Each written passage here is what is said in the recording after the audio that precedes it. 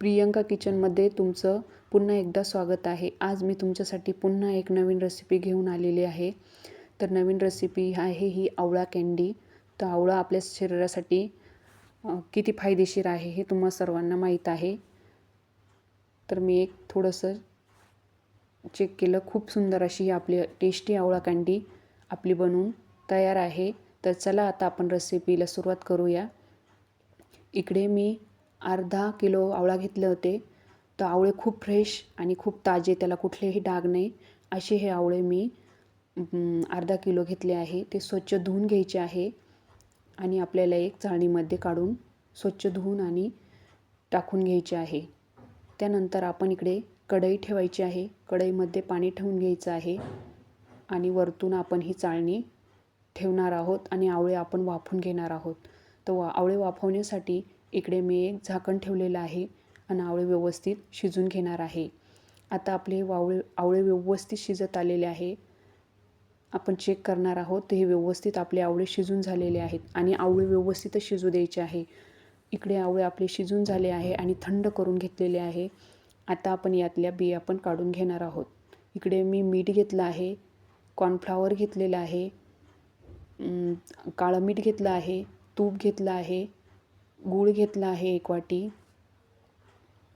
आणि इकडे काळ्या मिऱ्या घेतल्या आहेत थोड्या. आता आपण ह्या आवळ्यातल्या बिया काढून घेणार आहोत. आवळा व्यवस्थित शिजला की बिया व्यवस्थित मोकळ्या होता.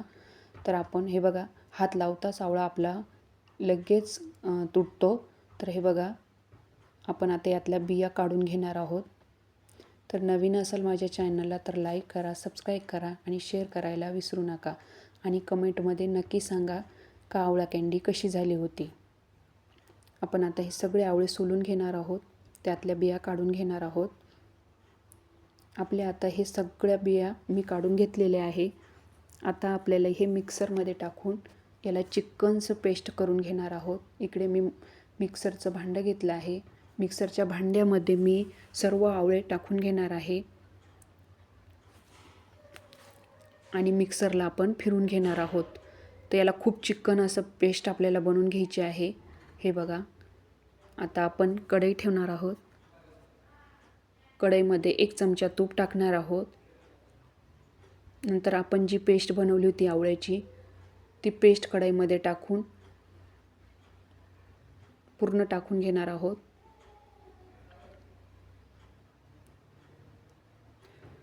आता आपण ही सगळी पेस्ट टाकून घेतली आहे आणि चमच्याने मिक्स करणार आहोत.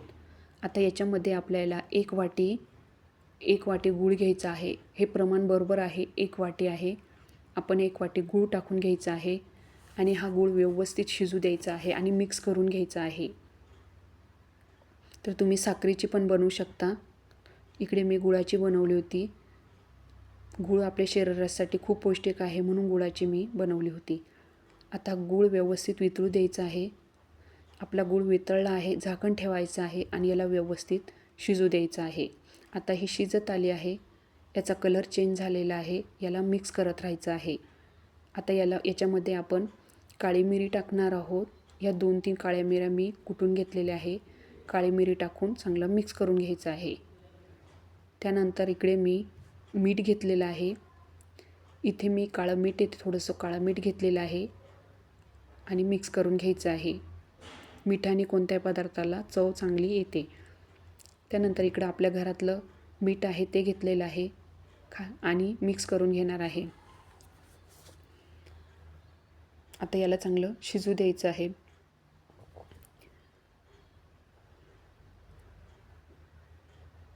याला चमच्याने मिक्स करायचं नाही तर ते खाली लागण्याची शक्यता आहे. आता हे मिक्स करत आहे मी. आता यात पाणी पण दिसतं आहे, म्हणजे थोडंसं आपलं ओलसर आहे, मिश्रण कोरडं करायचं आहे आपल्याला. आता हे आपल्याला याच्यामध्ये कॉर्नफ्लॉवर टाकायचं आहे. इकडे मी 1.5 चमचा कॉर्नफ्लॉवर घेतलेला आहे.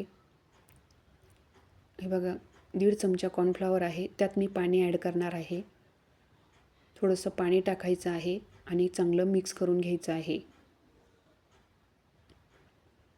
आपलं कॉर्नफ्लॉवर मिश्रणला घट्ट करायचं काम करते म्हणून आपल्याला हे कॉर्नफ्लॉवर टाकायचं आहे. हे चमच्याने व्यवस्थित मी मिक्स केलेलं आहे.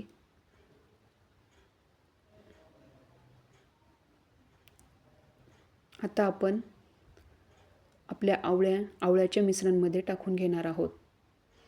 थोडं थोडं टाकून लगेच मिक्स करायचं आहे.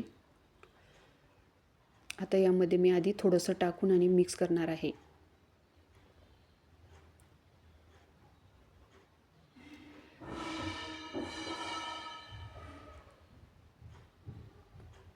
हे सर्वचं सर्व टाकून घ्यायचं आहे आणि आवळ्याला व्यवस्थित पुन्हा शिजू द्यायचं आहे.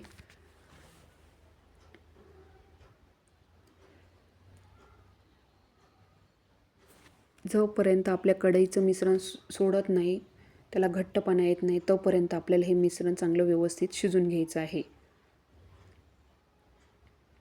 तर आवळा आपल्या केसांसाठी पण खूप फायदेशीर आहे. आवळा नक्की खाल्ला पाहिजे.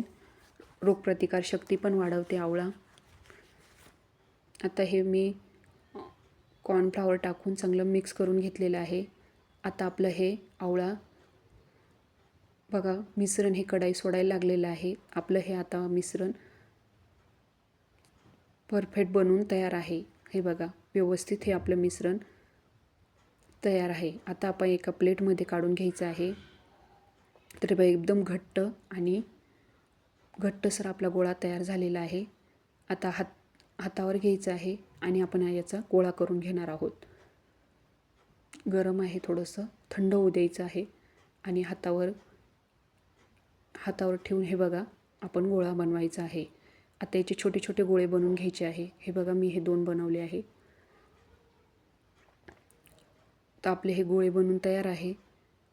तर असे मी खूप सारे आता बनवून घेणार आहे.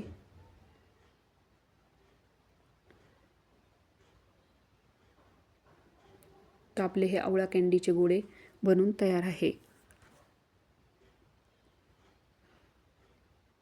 आता इकडे मी एक प्लेट घेतली आहे. प्लेटमध्ये थोडी पिठी साखर घेतली आहे. आता त्या पिठी साखरमध्ये आपण हे गोळे फिरून घ्यायचे आहे. हे बघा हे मी 2-4 बनवून घेतलेले आहे. आता असे मी खूप सारे बनवून घेणार आहे. अजून थोडी पिठी साखर टाकून घेणार आहे आणि मी जेवढे बनवले आहे तेवढे यामध्ये टाकून घेणार आहे.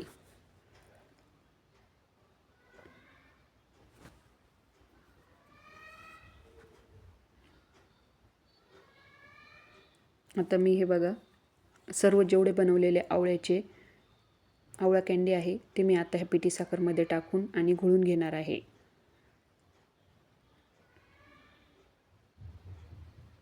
तर आपली आवळा कँडी ही बनवून तयार आहे. आता ह्या साखरेच्या ह्याच्यामध्ये आपण फिरून घ्यायची आहे. तर बघा आपली आवळा कँडी बनवून तयार आहे.